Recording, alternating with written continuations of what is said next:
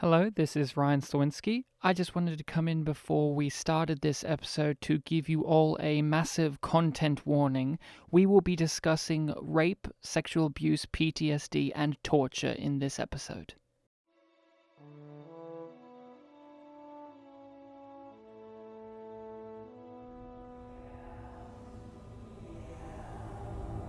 Hi, Ryan. Hi, Rachel. Spent 7 months in a Klingon prison. How are you? Disappointed. Disappointed you didn't get to say it? Yes. Hi, Rachel. I am doing very well. We are back. Yum I Yum. didn't even have to ask you how you were. I'm spent 7 months in a Klingon prison. How do you think I'm feeling? So we're back at it again. I Yum think you're Yum. feeling great. I'm feeling pretty great. Because you know how to pry open an access panel. Which With a knife. Yeah, it took you 7 years. It took 7 months. Thank you. 7 months. Thank you. There are 7 lights. There are 7? No. There are 4 lights! We're the YumYumPodcast, likingly because of the iconic line of dialogue from Star Trek Discovery, Yum Yum. We're finally entering that, if I can be so bold, we're finally entering the era boldly going, finally entering the era of Star Trek Discovery in which lines of dialogue like Yum Yum are far more prevalent. Maybe it's just me, but we're back here again. We're doing our rewatch of Star Trek Discovery, so this is our second time watching it. First time, obviously, was when it aired. Rachel? Yes. What is the episode we are watching and talking about for this one? Into the forest I go. Where? Where in the forest? I don't know. Stamets has some line about a forest. He sees it. It's a clearing. Like, there's something about the clearing and them being They travel through in the... They travel through the clearing. It's a reference for season 2. But Rachel... Is it? Yes. When they go to the Marsupial network and they describe it like it's a ecosystem. But that's for that episode. What a great episode that one is. It didn't make me mad. Rachel... I remember it vividly. What's the plot of this episode? Well, IMDb describes it thusly. Bypassing Starfleet's orders, Lorca uses the USS Discovery's crew's ultimate asset, the ship itself, in an effort to end the war with the Klingons once and for all. That was all one sentence. I said that last week as all one sentence and you didn't believe me. I agree. That's the description of the episode. Although I would have made the episode if I had to describe the episode, I would have described it far more in line with that they have to board the ship. Like, that was the far more thrilling part of this episode. Whether we enjoyed it or not, that was the thrilling part that you would want to, talk about, not the Lorca uses the ship itself. That was the less interesting part. I thought this episode was an episode of Star Trek Discovery. It is finally at this stage in which this is what it wants to be. No, this is what it is going to be. That too. This type of episode is what we were talking about early on when we were saying we didn't really care for Star Trek Discovery where it's going to go. We're constantly saying throughout each episode, it's going to get rid of these things or it's going to go for this specific style. And this episode is kind of the one where I will say the whole episode is that. There have been telltale signs of it. It's not just randomly one day the show just flipped dramatically like it does. No. It's a slow... It's a pivot. It's a slow slide down the hill. And we've finally gotten to that point where I go, this episode was melodramatic. The other episodes I've been holding off saying that. I really have. I've been holding off saying that. But this episode was... This is the melodrama? No. This is the one where you go... This episode is where it's this is a full episode of it. The other episodes have had melodramatic moments, but this episode as a whole, I thought it was melodramatic. Okay, so what exactly do you mean by melodrama? We said it when we were watching the episode. The music itself is very grandiose, over the top, telling and you how to feel, informing of the scene, and it's so over the top and grandiose that it falls beyond just being dramatic, but being melodramatic, in which it is so heightened, so over the top, so bombastic, so in your face that it falls into melodrama. And that also unfortunately falls into a lot of other aspects of this episode. The action sequences fell into melodrama by the fact that we had them so frequently, and the reasons we had them were so forced that it just fell into... What do you mean? It makes complete sense that the ship of the dead took 2 minutes to explode.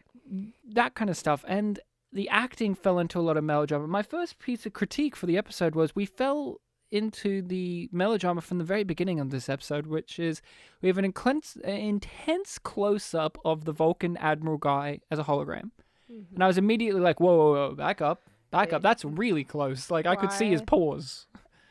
Yeah, we don't need an extreme close-up. Of a hologram. Oh, yeah.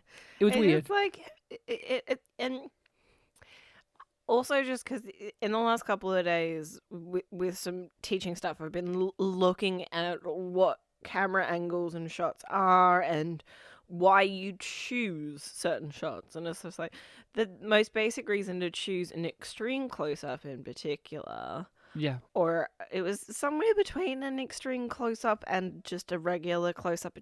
Yeah, I think it's a regular one, but it felt extreme because of the cut from wide exterior shot to close-up. And it's just like, one of the main reasons to show that is to show the emotion of a character.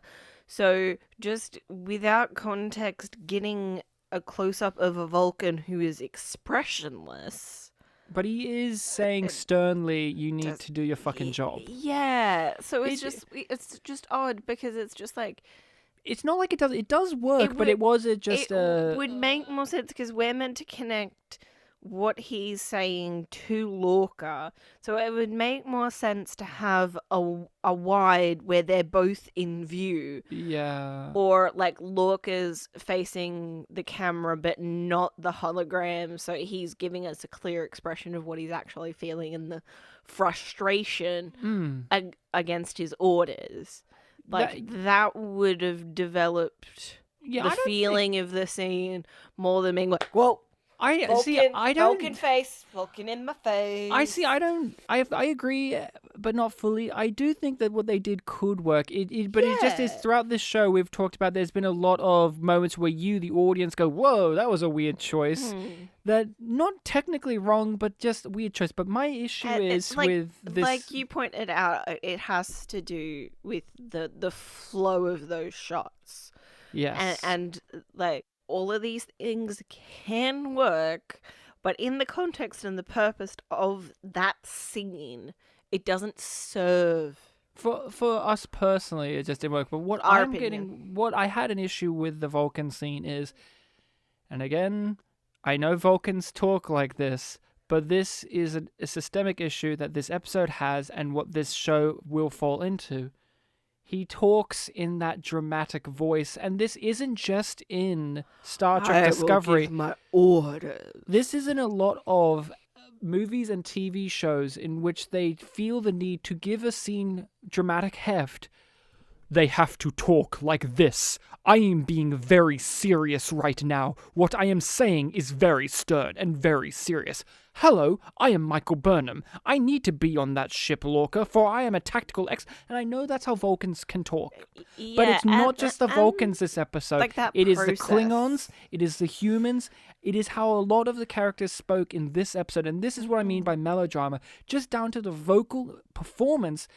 The vocal performance is hindering the physical one as well, because you see in this episode, Michael, the actress who plays Michael, you see her physically posturing to deliver this line, and all I'm seeing is the performer, not the character. But the cloak has small imperfections, so what appears like background EM radiation actually contains near imperceptible shifts that correlate to the cloak's gravitational field. There was a funny moment when me and Sonequa were filming, and she had a lot of like space techno babble speak, and she did it in such a rhythm that it sounded like she was like rapping Busta Rhymes, because it was like the computer was got it, and it was just like one of those weird, and she just couldn't stop laughing after so we just couldn't get through the scene. It took a long time because you just kept thinking of Busta Rhymes for ages. It's a clear marker for where it's going to go and what it's trying to do. But just out of my own curiosity, was the scene that you were thinking of when you were describing Burnham acting, was it when she was convincing Lorca to let her go on the mission? Because that's the one that really stood out for me. There's 3 scenes I can think of. Lorca, her and Ash Tyler on the Klingon ship, that whole back and forth. I could just see her posturing, and the one where she's talking to the Klingon captain guy, General Cole. Now that one, I'll give it a bit of a defense because she's trying to put on this bravado, but I still notice the actress performing, not the character. And that may be because in other scenes, I've noticed this issue where it didn't fall into place. So even in a scene where it does work, unfortunately, due to preceding events, it feels false. So usually you have the process, like I'm also thinking of stage, because that's more of what you've done in the process that I'm familiar with. But I imagine that it's someone who studied acting. Fairly similar with television.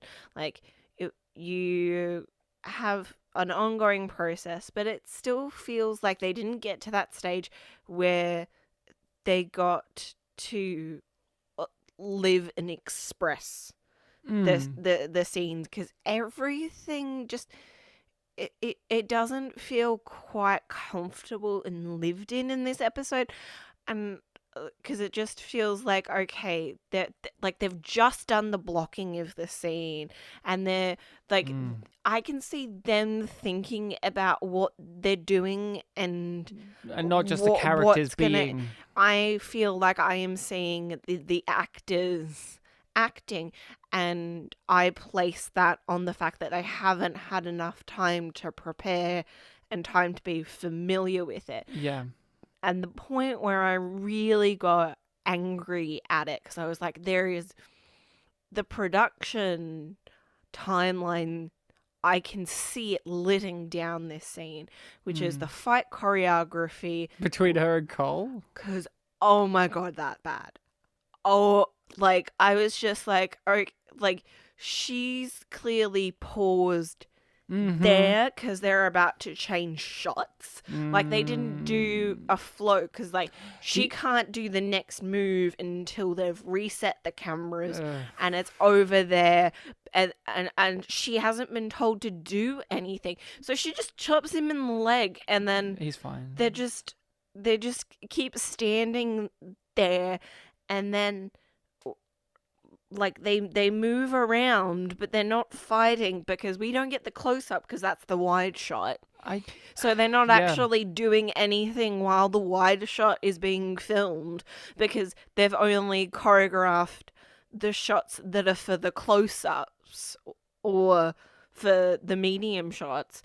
So like, you can see that they don't even have the batliths on them in the wide shot. Or whatever. I think they're just using hand blades or whatever in that particular scene. But they're not using full batliths, because that would be cool. Why would he be hanging off his belt? If we can talk about the fight scene some more, I didn't even notice that because the editing's so quick and so jarring. But what I just noticed is me personally, it was a rehearsal to me. It looked like it was a rehearsal, but my thing was, constantly throughout the scene, I know the idea is she's distracting the Klingon guy. Yeah. I get that. But my biggest issue was, how is Michael Burnham now like this expert fighter who can withstand a Klingon fight long enough to distract for 5 whole minutes? That doesn't feel accurate. That's what I was thinking of. I go, okay, the first time they rocked up, it was a surprise ambush. Those guys were wounded. Those guys had just had their ship blown up, and they still fucking failed. This guy is a fully healthy, fully conscious. They've had a conversation. He's a badass. Like, there's no sense. And you just go, because they need this to happen. They need it to happen. They need to show Michael Burnham's awesome, which in other Star Trek, we've had these things of these awesome characters, but here's the thing. Characters like Kirk, characters like Riker, characters even like Chakotay. Yeah. You believe that these people would get into fist fights and bar fights and all of this, right? You can believe that they would have a little action scene, even against a Klingon, even against a monster, but you know who you don't believe in doing it? But Burnham isn't set up that way. And no, it's and it's not because she's a woman. Yeah, that was... Because there's also badass women characters that can do this too. Like I believe B'Elanna from Voyager could do it. I believe Janeway could sustain. Oh no, she's a small woman, but she could at least She is throw a couple of punches in spry, before and she gets would- her ass kicked. Yeah, but she like would do her darndest. and you know who wouldn't sustain themselves in a fight? Harry Kim. He sucks. So there's guys too, but there's Even just certain characters Paris would figure out a good place to hide. Picard. You don't see him sustaining in a physical fight like that, and that's the thing. There are certain No. characters, the way they're portrayed, not even just the actor themselves, because I believe this actress could do all this, but I do not believe that Michael Burnham, the character, can do this outside of the fact that the show tells us she's just awesome and that's enough. I do not believe they her don't- xeno-anthropologist background and quantum mechanics background warrants her being a physical badass as much as the show wants. Oh, but Ryan, she jogs on the ship. That shows us that she's physically active. If they showed us more scenes of her doing fight training or doing something like B'Elanna does in Voyager, where she's got a holodeck program and she's fighting and whatnot, I would buy it more. Maybe her and Ash, maybe if they had scenes of him teaching her how to fight a Klingon because he knows how to fight them. Yeah. Right? That's the whole thing that she was fascinated by, but we don't get that. No. Instead, it's just like she's important to every single facet we need for the story. In this episode, she knows about quantum mechanics. In this episode, she knows how to fight a Klingon. Yes, our Star Trek characters in the past are geniuses and experts at every single field ever, but there's also the times where you just have to go, even with those, you just go, look, Tom Paris, you're great at everything, and that can kind of be annoying. But that was what I thought during the fight was, oh, of course she can defeat this guy, or of course she can stand her own against this guy because she's Michael Burnham. She's like, how tall is she anyway? Like you just go, no. And of course, the Klingon just says yes. Well, Even honor. though... But... Does a guy who doesn't have any, he really wants to show he has them. Yeah, like, he's An idiot. He's more intrigued by her attempts to dishonor him, I think. But it... And also, if he kills her, then he gets to be supreme leader, which he already is. So. Yeah, like, he has nothing to lose by saying no and just knocking her down. We do, but he would lose something. A fight scene. He would not have a fight scene. And we need to have this guy have a fight scene to show that he's been badass. Because he hasn't had a fight scene. No. He's just been standing around going, I loved fighting with Kenneth because it, you know, the Klingon style is just so brutal. Yeah. And so what I had to do, and I gotta shout out, you know, Chris and Hubert, our stunt coordinator and fight choreographer, because they're just always phenomenal. But it has to be just evasion. Yeah. You know, as a human female Right. and as a Klingon male, you know, it's just a lot of it is evasion. And so you see a lot of swooping and you know, and Kenneth and I were just down in there. what do you think? Do you think that this is the first full episode, or do you think we've had others before, or do you think that this doesn't fall fully into it like I do? What's your views on it? Because you and I have been very different. When I set out to do this podcast with you, I thought, I'm going to be the one ranting and raving, and you're going to be the one who's devil's advocate, because that's how we are in real life. But on the pod, you're like, this motherfucking show, you called that a great episode of TV? Are you serious? You fucking nerd? You want good Star Trek? This isn't gonna be that, Ryan, you fucking idiot. And you should give up on dreams. You know where the show goes, and I thought... You should let us stop watching this trash instead of making us watch it over And again. over and over, back and to the left. Back and to the left. But what do you think about the melodrama aspect of it? Because I think it was episode 6, we pinpointed that that's when they started doing we've got to talk fast, we've got to edit fast, we've got to spin the camera fast. Yeah, like the plot was always on fast forward, but now more other things are being added into that fast forward section. Like that was basically what I was saying. Like we can see that the production is on fast forward now by the fact that nothing feels well rehearsed and lived in. It still feels blocky in ways. I don't know. I find it, my understanding of melodrama is different than what you described as melodrama. But if I use that definition of it being like more than just dramatic, it's being like reinforced and overdone. Yeah. Then yes. But I think of I just think soap opera when I think melodrama. I have that Melodrama, connection. yeah, there's lots of good meanings to it, like with old genre type things and Yeah. that. Melodrama, when I think of it, it's high emotion, over, over the top emotion, and that's kind of what this episode fell into. It was a lot of over the top emotion. Oh, Ash is having PTSD. Everyone's crying all the time.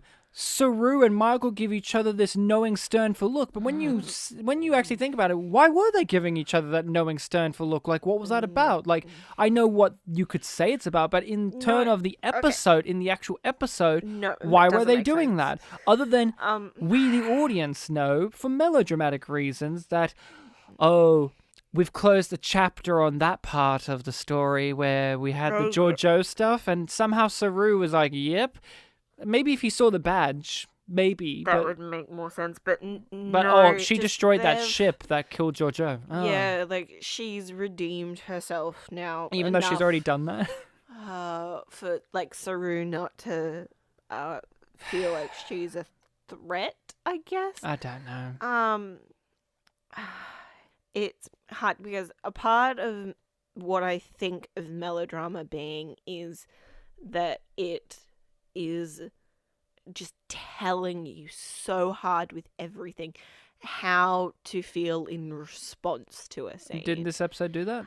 But I do agree that more of this episode is that, but I don't think all of it is yet. I feel like there were just a few moments of reprieve where it wasn't all in your face. Like, I feel like even with the music, I hated the score for this episode. But that was reinforcing. It was telling you emotionally how to feel. It was manipulating you. It was constantly in your face. Every 4 minutes, we would get a Lorca speech to tell us how we were supposed to feel in the episode. There was 6 Lorca speeches in this fucking episode. And I like Lorca, but Christ. Lorca really likes to do the ship-wide announcements, and I'm kind of here for it. I get what they're doing. He knows how to give a grand speech. And but it's like, a crutch of the writers. Oh, yeah, yes. Okay, so basically, I see this as a melodrama 9.95. Because I know that they just have that little bit more. Well, that's the thing. I'm not saying that this is the full amount. I'm saying this is the first episode thus far in which I go, now this is the Star Trek Discovery that we interpret, that we know the show to be. Yeah. This is the one that I point to and go, this is the episode that I go, oh, this is what I don't like about it. The constant Dutch angles, the lens flares, the camera constantly moving in a scene in which characters are talking because they're afraid that we don't understand. All these things have been here before, but this episode has them all in, and the dialogue is very, very on the nose, and the acting is just... These are good actors. All of these people are good actors. They've shown it in their other works and they've shown it in other episodes, but this episode in particular... Everyone speaks like this. Everyone's posturing. Everyone's grimacing or smiling or saying, I love you. And the music swells and they have enough of a pause and a mournful look on their face so that they have the music swell in. That stuff's false. You get to live your life. But you deserve to. Not at war. But at peace. I found peace. Right here.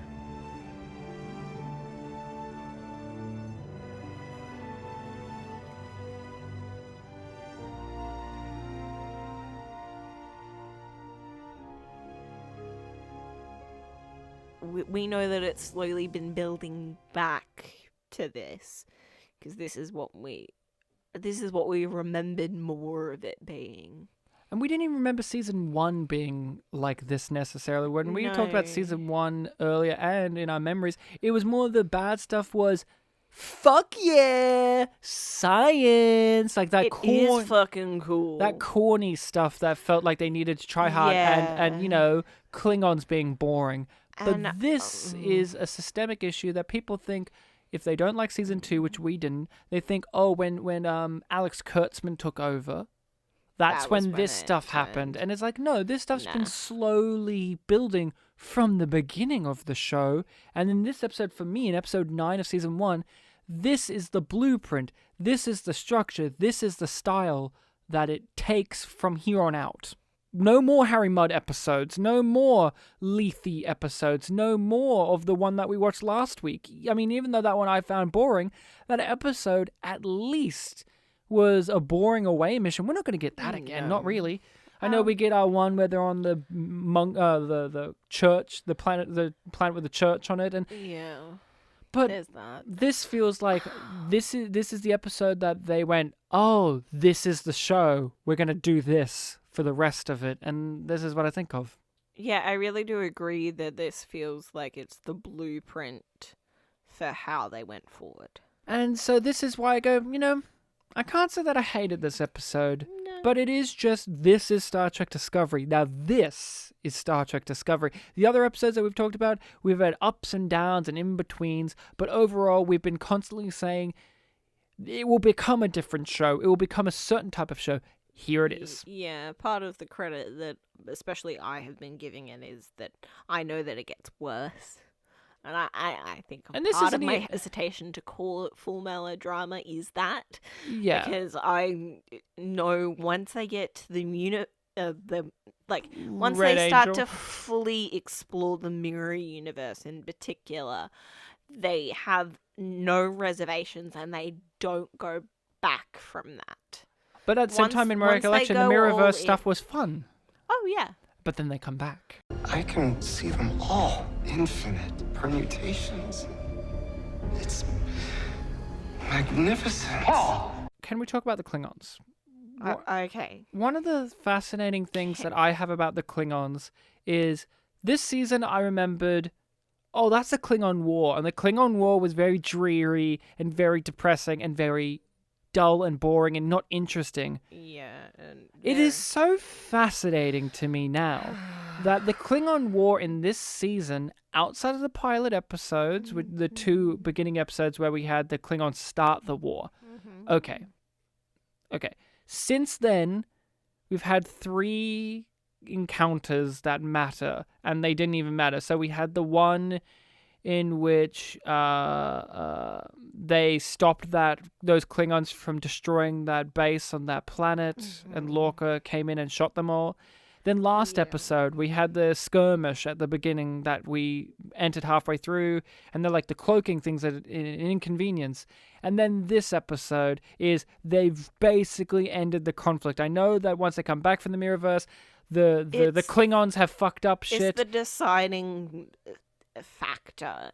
It's like, okay, this is the real turning point for the war, is that they get the upper hand against. And it's so weird that, like, I know this is a war, and I know wars don't have to go on for eons of time, but it is so funny to me that the great Klingon War that they've been parading this whole season has been happening off-screen a lot, and then we've only encountered it really 3 major times outside of those first 2 episodes, and then it's wrapped up by the end of this first season, and it's so amusing that this episode is the one where our heroes get the big upper hand, because when we get to the one where they plant the bomb in Kronos, that's a whole different kettle of fish. We'll get to that. But this episode is we took down the antagonist, Yeah, Cole, is the dead. antagonist, and he's dead, and the great ship of the dead, it's dead.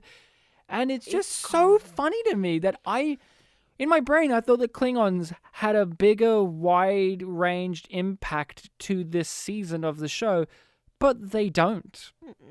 They're just kind of things that were there, which is so funny to me. I just can't wrap my brain around. They pitched, okay, this is a show we're going to have the Klingon War. Oh yeah, how are we going to do it? don't have the Klingons in it very much. Oh, so what are you going to replace it with? Nothing. Nothing.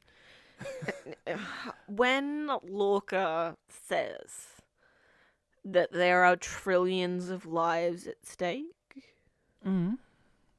I was just like, I know that the show thinks that that's true. But we don't feel it as an audience. No, because I felt it with the have- Dominion War in DS9. I did. We've seen crews and ships be destroyed, but there is no attachment there. And there's no even physical weight because it's CGI nonsense. Shooty, That computer they noises, don't. Oh, yeah, literal computer noises last episode. yeah. Michael hasn't lost anything since the first episode. No, not And from the she- Klingons either. She's perfect at everything. And her flaw was that she was too perfect. Oh, but she will lose something because Ash Tyler's a secret Klingon asshole. That's the secret mystery box that they really But he's ruin in still- this episode because they clearly show us what the fuck's going on. But then But- they treat it like, you didn't notice that though, did you? And I'm like, but I did notice. And I remember saying that at the time. I'm like, oh, so they are 100% confirming he's a secret Klingon. And then they're going to wait to reveal that still. And I still find it fucking amusing that in this episode, I thought, oh, it's exactly how I remembered it the first time, where it's so obvious, and yet they're going to still wait to parade it around for us later. Like, bro, it's a big twist. It's not a twist if you tell us directly beforehand, several episodes earlier, and then treat it like it's a twist for the audience. It can still be a twist for the characters that we know something they don't know, but the show still treats it like, hey, it's a twist. Brian, stop paying attention. We're We're not meant to piece it together. We're not that smart. The audience is dumb. You fight like a Remember that. Klingon. You fight like a Klingon, and you're tall, and all that. Yeah, it's just the Klingons. They're here. They don't do anything. They're remember, monster people that growl. It's odd because the Klingons are supposed to be an antagonistic force. They're supposed to be an obstacle and a threat for our heroes. But at the same time, they're kind of like a tertiary object that's just there. Like, you never feel like they're a threat. You never feel worried. You never feel like they're going to get the upper hand or be intelligent or outdo our heroes or figure out something or Okay. catch them off guard. Then Yeah, Ash gets can PTSD and he I- gets left behind, but do you ever feel like there's any threat to him and the Admiral or to Michael being on her own? No. Okay. You never do because How they're much not of a that- threat. How much of that is that it's a prequel? Because I don't think any of it is. I don't think I it's don't because think- it's a I don't- prequel. I think it's because I think it's because it's poorly written. I don't even think it's necessarily just poorly written. I just think we have not grown any real attachment to No. the Klingons being a threat. These We Klingons are have just, seen they're it- monster people that go, "Grrr, grrr," and we know that they We- torture people, but we don't we are actually feel the told- danger. We are told that they are winning the war, Yeah. and the Federation is very disheartened because people say that. But we don't see how brutal and We evil they don't- truly are we as don't- people. We don't see the impact on any individual because we only see what's happening with the Discovery, Yeah, which is cool which and can- fine, but which could work. But the way that I think that other shows and other Star Trek shows more specifically would have approached the situation like this is if somebody was worried about a family member or a friend, like Anything. showing that at least like somebody in the crew having connections beyond the people on the ship, because the way that they've set it up makes the Discovery feel so insular, but they keep on saying, well, the Discovery is only one part of this. yeah. They are one thing and they're really important, but the whole war is happening. but we don't actually get shown or even attempted to be interested, intrigued, or value anything that's happening in the world. Yep. And I think that is a part of why it doesn't feel Star Trek-y. I is think because it doesn't feel like this ship is part of a federation. well, they're a secret ship. That's secret. Shh. Rachel, the Klingons. One of the things too is, okay, maybe as a whole race, they don't need to like them just being like off to the side, being evil is fine. We don't need to reinforce that. What you do need, though, is to flesh out your antagonistic figure that is a representation of them or representative of them with Cole. But we don't really get anything about his character. We get that he's a bit self-serving, but that's seen as an oddity from the Klingons.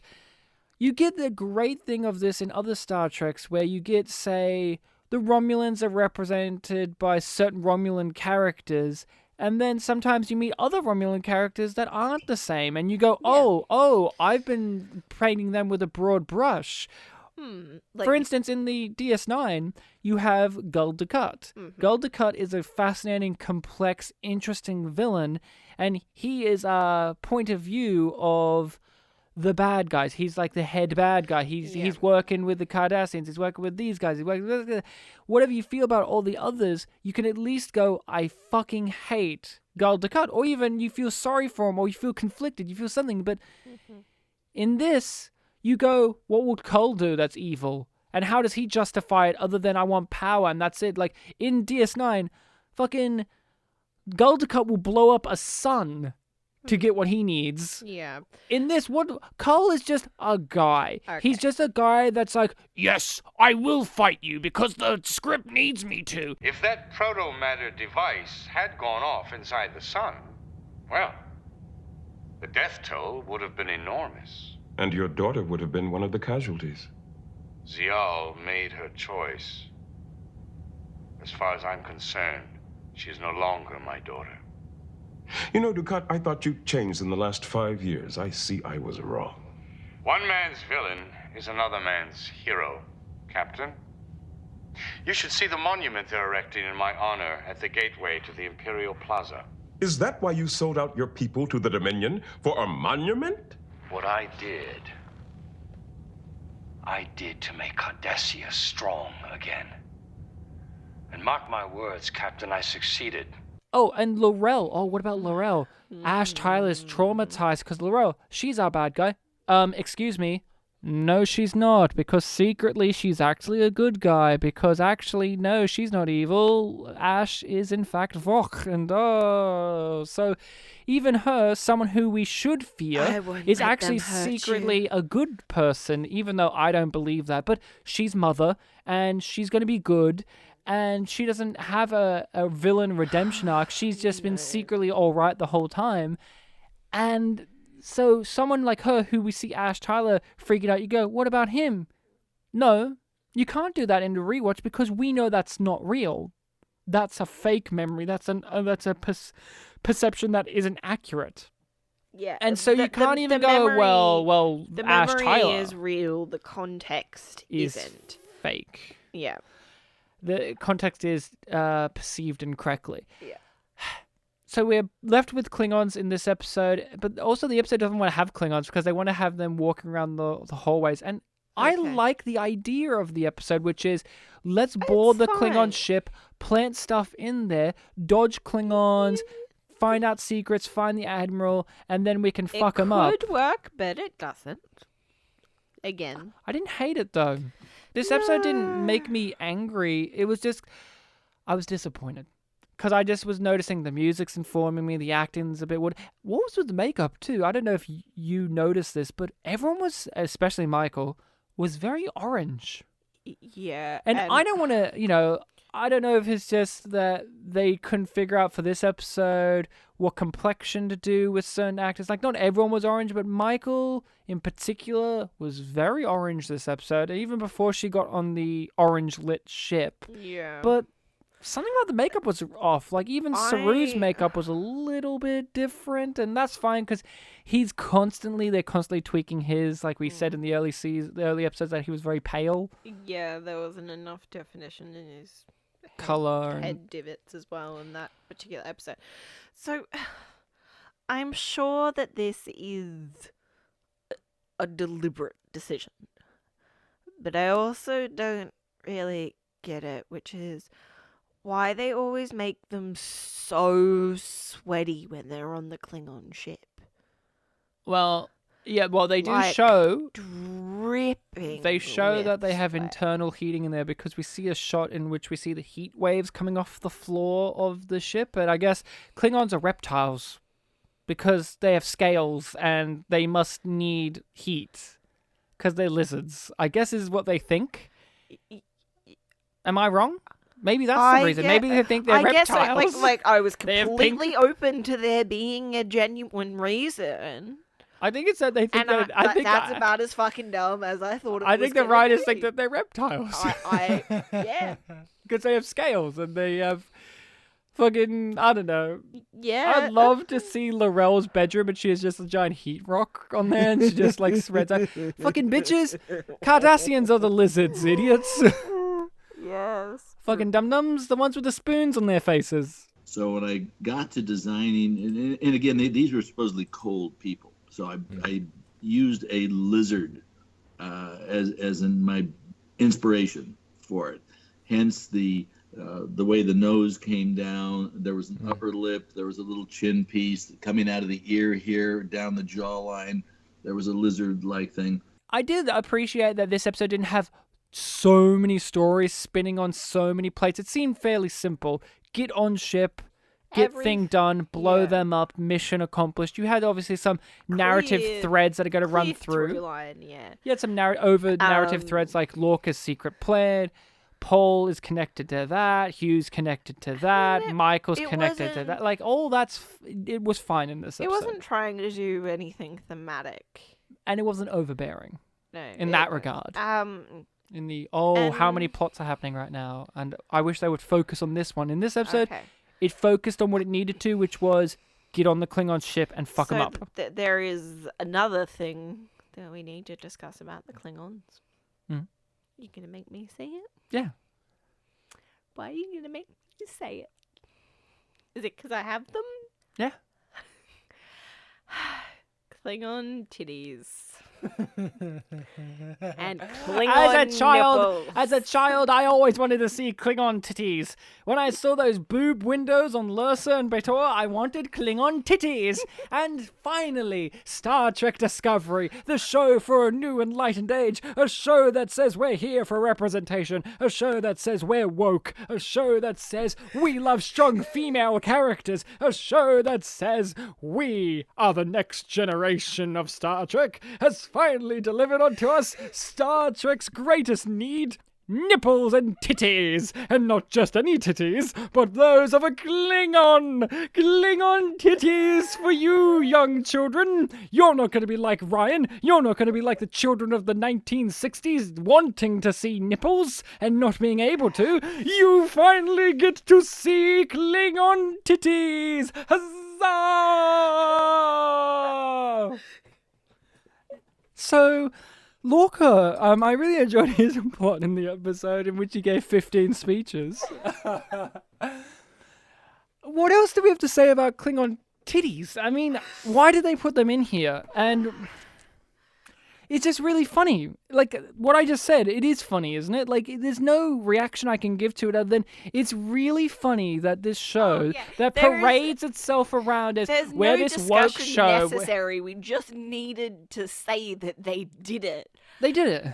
They did it. There's no necessary. Because they can. Because we can say fuck now. We can show you titties. We can show you sex. Because we're an adult show. We're really grand. And is it wrong for Star Trek to have these things? No, of course not. You can have these things.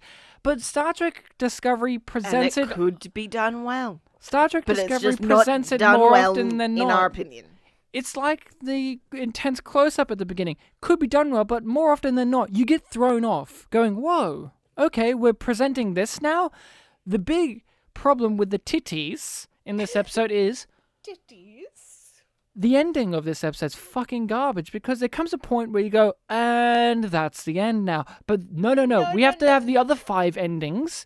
When Michael and Ash had a really mature conversation where they had appropriate melodrama, sometimes melodrama can be appropriate because they're talking about something very intense. He's crying, she's crying.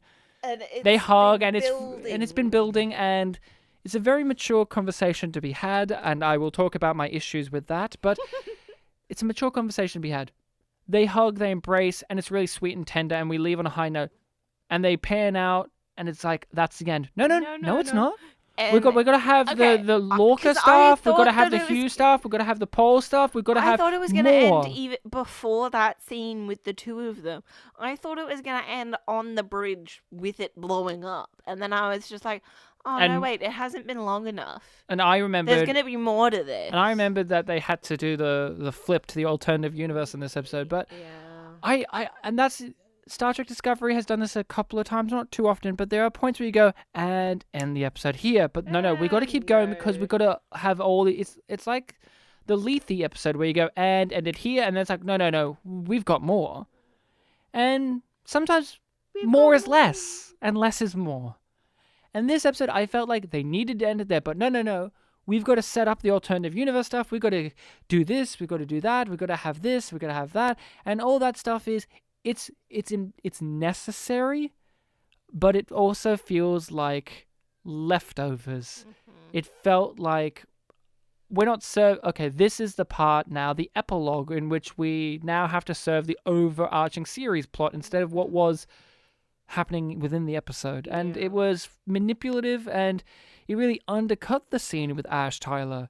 Because that was a good, I wouldn't say a good scene, but good in theory in terms of what the conversation was and how they were handling it as performers and as writers. And then you just have to go on more and more and more. And that's kind of it. And then what's after that? We have to see Ash Tyler again having a PTSD flashback of him being what is presented to us as rape. We see Klingon titties. Did we need to see that, or was the mature conversation in which it wasn't explicitly said, but it was in the subtext? Wasn't that enough? No, it wasn't enough, evidently, because the writers and the show creators, well, subtext is for fucking losers. We've got to put it in as text. We've got to say fuck. We've got to show you titties. None of that. We have to We show have you to the show sex. you it. We have to show you it because you're dumb and you won't pick up on it. I know writers who use subtext and they're all cowards. It's bothered me from the beginning that Ash Tyler is a secret Klingon man. It's fine that he is, but what isn't fine to me, especially now in the rewatch, is Ash Tyler as a character, the human Ash Tyler that we get to know. A lot of his character has been engineered to be that of a victim of torture, a soldier, a prisoner of war, and a part of that this episode explores, and the previous episodes have hinted at, and these future episodes will explore even further, is that not only is he a victim of torture, but he's also a victim of sexual abuse. Mm-hmm. Since we're talking about this, if you're not comfortable with talking about rape and sexual abuse stuff, feel free to skip past or skip this episode from here on out, because Star Trek is dealing with this. Star Trek Discovery is dealing with this issue with Ash Tyler. They're dealing with it by not only just having a character who is a victim of rape, but a male character who's a victim of rape from a female character, which is still something that has a large stigma around it. Whether in media or whether in real life, it still has a stigma around it of that classic, oh, well, he's a guy, he should get over it, he shouldn't have had that happen. And in this show, it's like, oh, well, she's a big Klingon lady, whatever. A part of that story is to ingratiate us, the audience, into feeling care and sympathy for the character of Ash Tyler, and for the characters, Michael Burnham, to feel sympathy and care for Ash Tyler. There's a lot more complexities to it, but that is one of the main reasons for putting it in there as a writer, is we need to give Ash Tyler some form of character tragedy that we understand, and thus we relate, or thus we feel sympathy or care for this character. And same for the characters in the show. For Michael in particular, because she's the one that has an attraction towards him and has the deepest relationship with him. Yes. Great. Star Trek hasn't always been the best with dealing with rape and sexual abuse stuff, but when it has tried to do it, it at least has tried to do it. But it could have always done it in a better way. So in this show, I was really thrilled and interested, and I felt like, okay, a lot of problems I have with the show are big, but I felt like, wow, they're tackling a really big and mature subject. Yeah, they're using the framework of sci-fi of, like, he was a Klingon war prisoner and that's all sci-fi, but at the core of it, they're exploring the interesting aspect of, what if we had a character who had ongoing trauma from being a victim of not just torture, but of rape. He's a rape survivor. Yeah, and the idea of he's conflicting emotions with that. Because he Not feels so like he much- chose it Yeah, to survive, which he, he feels that not only was he just complicit in his own assault, but he pursued it. And encouraged it and grew it. And that is a really, truly deep and mature thing that the show explores. It's uncomfortable and it's a lot. But the fact that the show wants to touch upon something like that is commendable. And I commend it. What I do not commend and what I do not like is the fact that in a few episodes' time, they pull the rug out from the audience and say, no. Here's a secret Klingon, and those memories and those experiences and those feelings of being raped are actually false because that was consensual sex, because he is in fact Vok and he loves Laurel and they were having sex, and Klingons are rough during sex and all of that, and because he's a surgical whatever, those memories and that emotional complexity of him being a rape survivor is in fact false. Fucking cowards from the writers. That is fucking cowardly, because at the end of the day, all of this maturity that we experience in that conversation is false. He's wrong about those feelings. That's what it tells you is, well, when you watch it, that's not actually what happened. So all of those feelings that he's feeling aren't real. They're false. They're not right. They're incorrect, because at the end of the day, that didn't happen. Ryan. And what does that say? It says that rape victims are lying. No, it's not even that it's necessarily that. It's just like it's...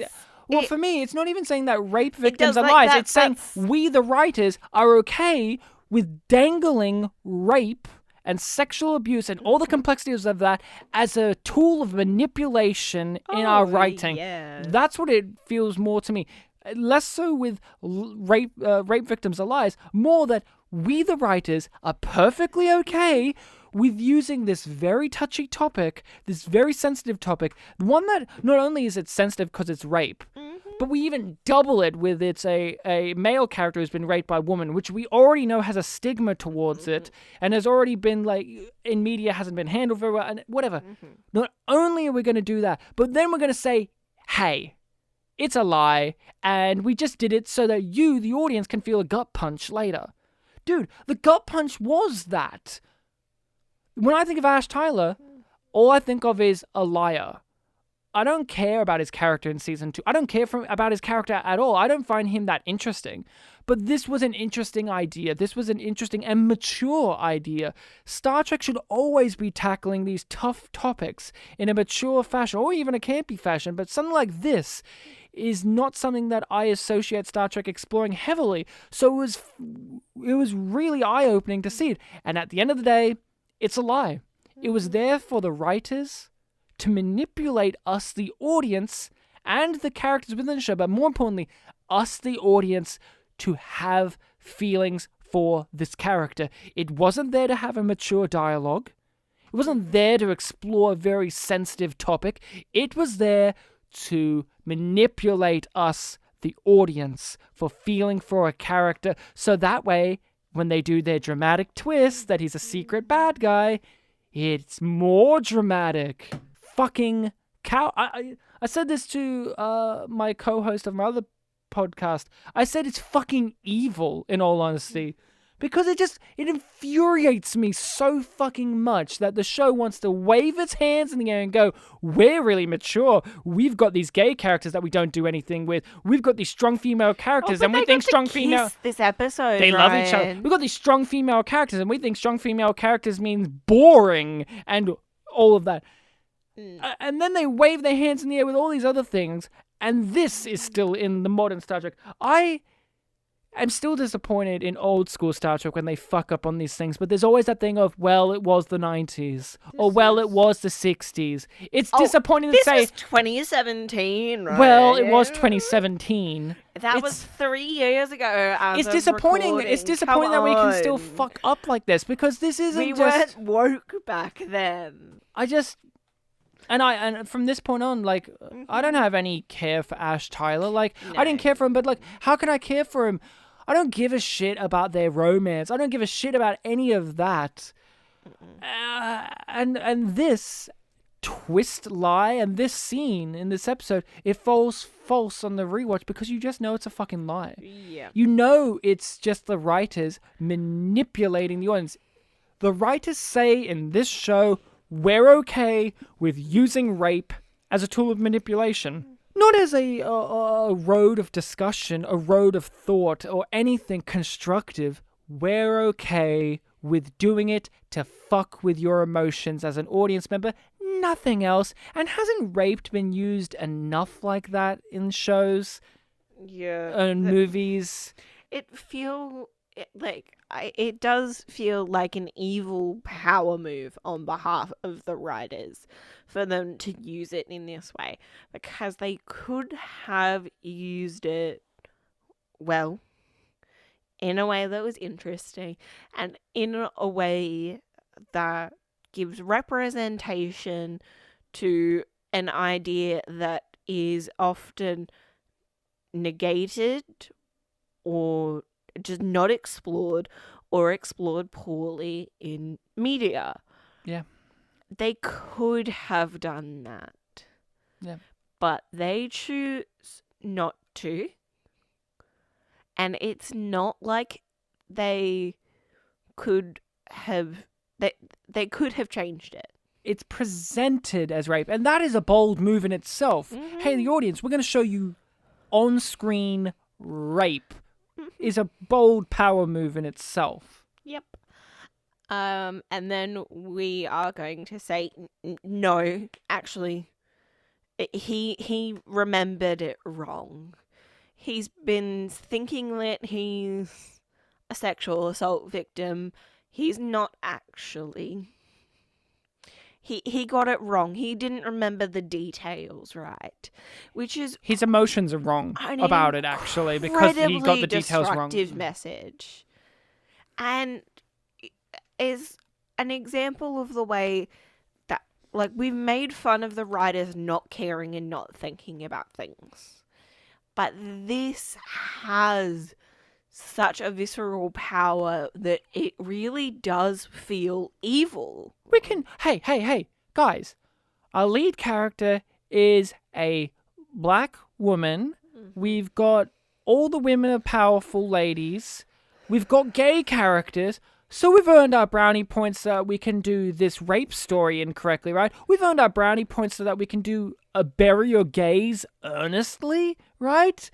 Like, that's how it does feel. It does feel like... And then press the undo button. And then press the really undo button. hard. But it does feel like, well, guys, look at all the brownie points we've earned. That means we can still, like, do this shit, right? Motherfuckers. It doesn't mean that you can still do this shit. I mean, you can, evidently, but it doesn't mean that it's good or it works or that it isn't tired and hackneyed or reinforcing certain ideas that are tired and old and backwards and reductive. It's atrocious. And like it, as bad as season 2 is, it never doesn't goes have anywhere that. like this, and I'll give it that. Like, this is the big stain of season 1, is the fact that it introduces this idea and backpedals on it. Out of all the things, like, I'm furious about all of it, but just from a basic viewing standpoint, I fucking hate that they waste our time with, we're introducing this, backpedal.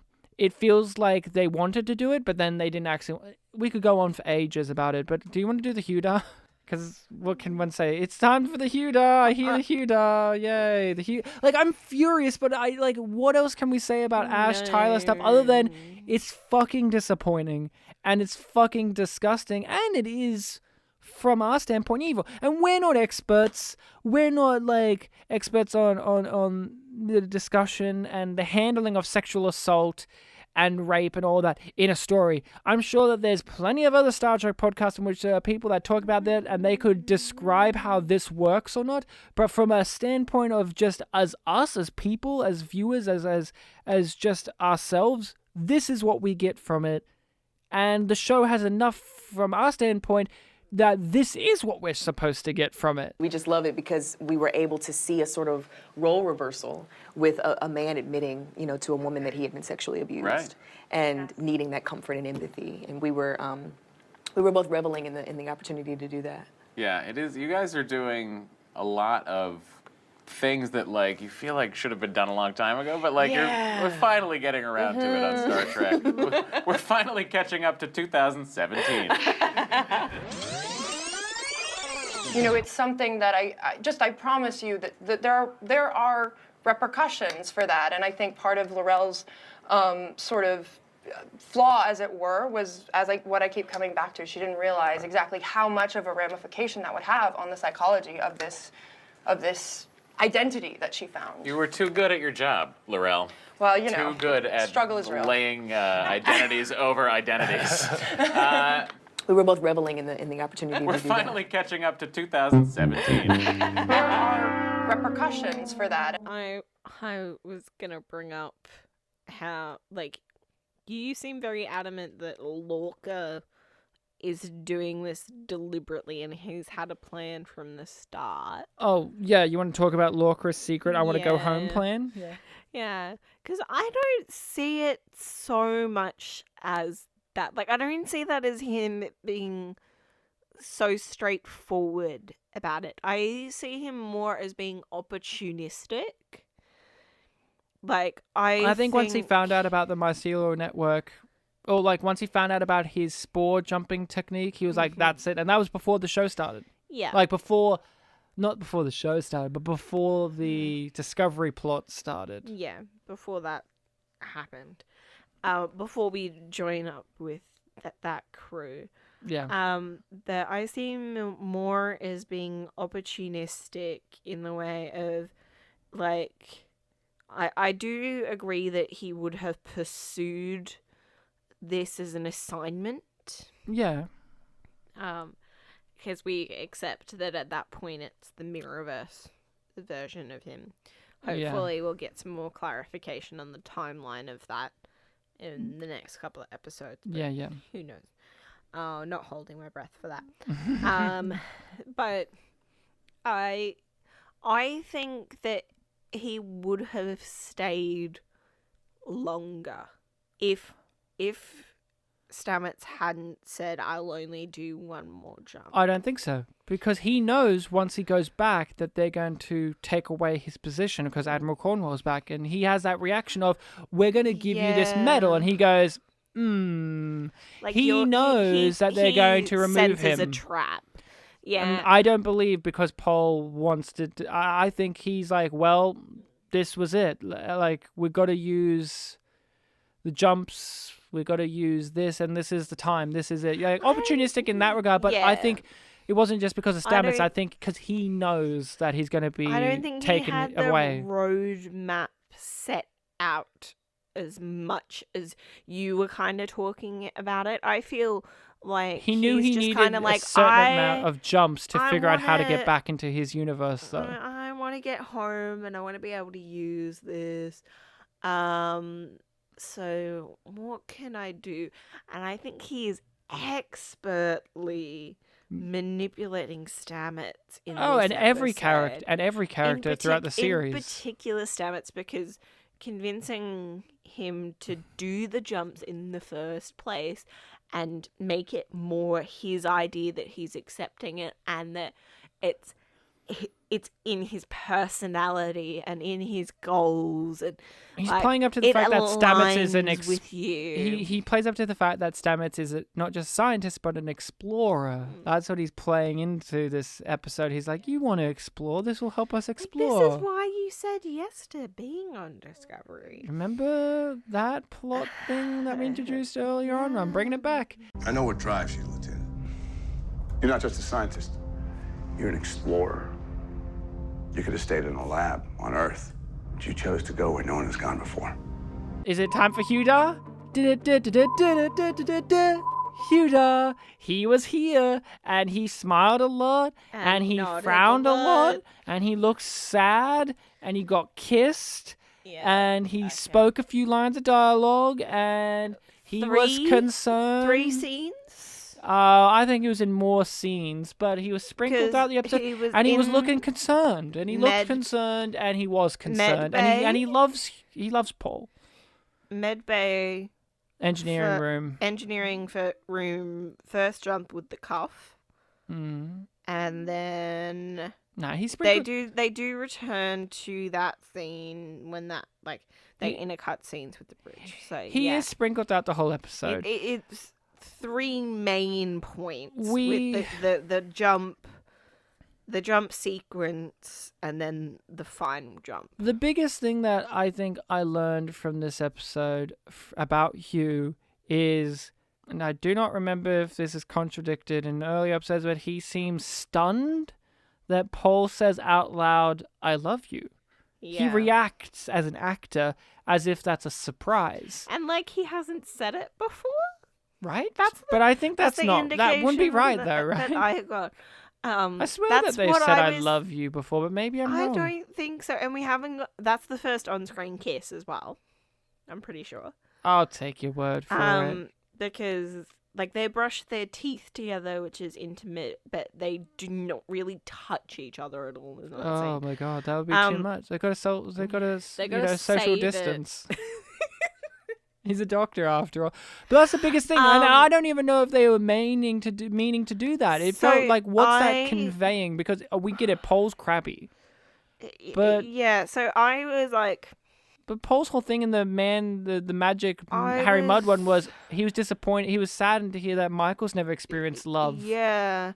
Right? Yeah. And he's like, oh, you've got to be open and honest. And if he has loved Hugh this whole entire time, wouldn't he have followed that rule of being open and honest and stating that? Because here's the thing, Paul isn't afraid to say his emotions. Quite the opposite. No, so why did Hugh react like that? Other than maybe that's just us interpreting it. I was just going to say, I think the I love you too. Maybe he's stunned in that reaction because he knows that Paul's saying it in a way like, maybe I won't come back from this. Like maybe there's a bit of a worry, ooh, will this be the last time I hear this? Or I want these to be my last words, was something that I was wondering if that was. And then the other thing I was like, maybe it's just that they don't really do public affection. Yeah. And as a couple, because Stamets is the way that he is, they don't want to publicize their relationship. Except for when they wave about all the fucking time. Yeah, which is great, but I wish we got more of it. I want to see them on dates. I want to see them kiss. I want to see them in bed. I want to see them bicker. I want to see them eat food to together. be an actual couple. I don't want them to say that they're together. I want to see them just being. If you're gonna have not because something needs to happen, but just because it's important that we get to see them living their lives and being themselves. Because that teeth brushing scene, which everyone hangs the whole entire relationship on. Yeah, they are. So it's indicating that they're living together. They don't touch each other, and they don't. They wear matching pajamas. I love you. They say well, we assume that the whole crew is wearing matching pajamas. Oh, you're 'cause right. Discovery's like well, that. no, we know Michael and Tilly don't wear those pajamas because they don't wear the red pajamas with the little badges on them. No. Ah, They wear a different one though. because they're girls. They're not officers. You're right. Fuck. How could I forget? We need to Rue in his pajamas. Well, we know Lorca don't wear nothing but boxer shorts. Oh yeah. As you likey. Mm-hmm. One of the things I wanted to say to you is, this is weird, but we've talked about sex in this episode Yes. and in the show. So you're a Star Trek. Okay, you're in charge of Star Trek, okay? And I say to you as a exec, okay, you're allowed one sex scene in your show. Now, you can only choose between two options. An intense... Evil CBS. Intense rape scene? An intense scene, and a scene presented initially as a rape. Yes. Or... But I get to reuse that footage, don't I? Or you could have a tender love scene between two characters who are in love. Maybe Paul and Hugh, they're in a long-term relationship, or Michael and Ash, whatever. You can have one of those two. You're Star Trek, by the way. So which one should you choose? The intense non-rape that is actually rape, but it's actually not, or an opportunity to show two characters in love. Which one do you go with? If I was me, I would have picked the love scene. Wrong! You should have chosen Klingon titties, because all the little boys and girls have wanted Klingon titties since the age of time. Ryan. Nobody wants to see two adult males having a tender love scene and reinforce that the fact that they are physically tender and they do love each other. What all the little boys and girls and all the adult men and women want is giant Klingon nipples and titties, because ever since Lursa, ever since Bator showed their boob windows, it's been an opportunity since the dawn of time that we could see Klingon titties. Now, next season, Star Trek Discovery Season 3, they can be bold enough to give us Ferengi titties. It was always hinted at, but we never saw a nipple. Do they have more than one on each breast?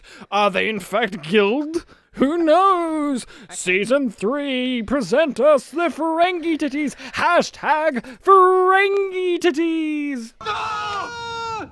It's a female! We learned that Hugh is loves opera. We already knew that, but we got reinforced that. Yeah. He looks mournful. He says a bunch of techno babble, medical babble. He but you know what he does do? He tries to stop it by saying, "Captain, we can't do this." And then the captain says, "Yeah, we can. Just do it anyway." And then he goes, "You're right." And then he ejects him. And then he never, ever objects ever again. You have because the power to actually stop this. He's a terrible doctor. I still find it bizarre of a choice that Hugh does not perform tests on Paul ever to make sure of his condition, because apparently this is the first time he's had to go in and do it, it feels like. Yes. And a basic test they said showed that he was fucked up, and Hugh was treating it like, how could you betray me, bitch? How are you not doing your fucking job, Hugh? That's like your literal job. You're like, I'm sorry, what? There's a crew member, your partner, who has genetically altered themselves to a state that no other human being has ever done before, and you're like, that one test 3 months ago did it. So he hasn't done those basic tests. He has put metal things on his arms, though. Yeah, That's what he's done. He hasn't done basic tests. He made those things, but there's no ongoing monitoring of him through tests and med bay. Wouldn't you monitor him every single time after he's done a every jump? single jump. A med officer should be in that engineering bay. He should have been wearing the cuff the whole time to monitor, not only to make sure that he's so okay, but to measure the changes that happen to his body during the jump. Actually seeing what impact going through the mycelial network has on his physical body would be important for a scientific vessel to do. But we need to set up this conflict between the two of them that isn't a conflict because Hugh forgives him and he doesn't care. But we have to set up this thing of Paul doesn't want to get a test because he knows that Hugh will find out and Hugh will be very disappointed. And then when when Hugh dies, Paul will be forever mournful because they had a bittersweet ending in which he was upset with Paul about having lied, but actually not really because he forgives him very quickly and he loves him and he just cares and he smiles and nods, and that's kind of it. The other thing that we wrap up, Hugh, with just this one piece of trivia knowledge I learned. Dr. Kolber can clean you up nicely. That was a piece of trivia we learned is, wow, Michael, you've cleaned up pretty nice. And she just says, Dr. Kolber. Well, it's seen good that him we do know, that. but we saw him fix stomachs. But we know now that from Michael, he can do that. Looks like you cleaned up nicely. Dr. Kolber. Can you tell us what next episode is going to be? Because I'm very keen. Is this where we get to be in the Mirror universe? I can't wait for more. Do we get Empress Georgiou next episode? I can't wait for her. AI sausage, orange. Really? Actually, in my universe, you're pansexual. No. I can't wait. Okay, so episode 10. Season 1. Despite yourself. Despite yourself. That's what they're going with. Okay. It'll be a quote in the episode. Yeah. Now, what's the description for this bad boy? Or girl, or other? While in the unfamiliar territory, the USS Discovery crew is forced to get creative in their next efforts to survive opposing and unprecedented forces and return home. They won't. So Michael says everybody gets to go home, so everybody is gonna get to go home. Except for Georgiou, she gets removed from her home, but that's a story for another time, as Star Wars once said. Yeah. At the end of last episode, I asked you who was like the most like hot fuckable character in this show or in general. Who in this series, in this season of season 1, who's the least fuckable? I know it's a tough choice. You have so many to choose from. I mean, I don't know. I might go with the option that is possibly speciest. You're saying Saru, are you? Arium. I said character. Fuck, Rachel. I mean, if we're gonna pull that one out, I'm gonna pull out the one who's like the one with the big robot head from the first episode that went beep boop beep. Like she doesn't even have a mouth. At least Arium has a mouth. But like, yeah, least fuckable. Are you accepting my answer? I'm accepting it. My least fuckable is the tardigrade.